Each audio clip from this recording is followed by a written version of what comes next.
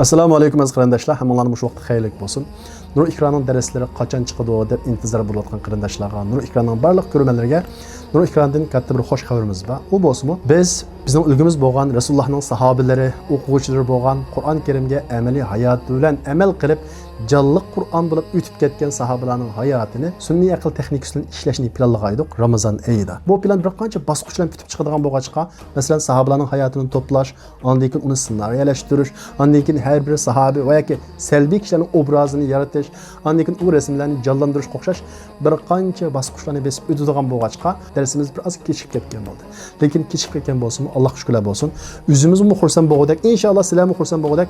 Nihoyat go'zal bir darsliklar, nihoyat güzel bir sahabalarning hayoti ro'yobga chiqish oldida turibdi inshaalloh. Inshaalloh bu darslar pat yaqinda huzuringlarda bo'ladi. Bu darslarningki boshdan oxiri, ya'ni uniki ssenariysi yozilishdan tortib oxirigacha bo'lgan butun hammasi bizningki o'zimizning qo'li bilan, ya'ni Nur Ikron tarafidan ishlandi. Duo qilsanglar biz sahobalarningki, payg'ambarimiz Muhammad alayhisolamningki, payg'ambarlarningki, hatto o'zimizning Uyg'ur tarixini mana shu sun'iy aqlda ishlab chiqish planimiz bor. Sahobalarning hayotidagi ko'rinishlardan bir qanchani o'rtaqlashay.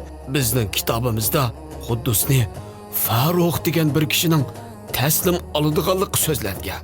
Alvido ey Sham, ey dushmanga go'zal yurt.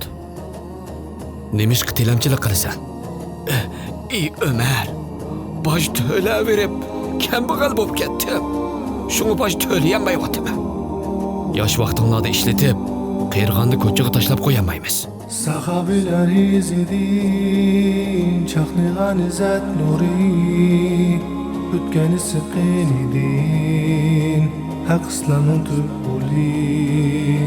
Baş egmez kafirga, şiddet bilen atzeli, Hemze Halid Musab'tek, şir yürek oğlanları.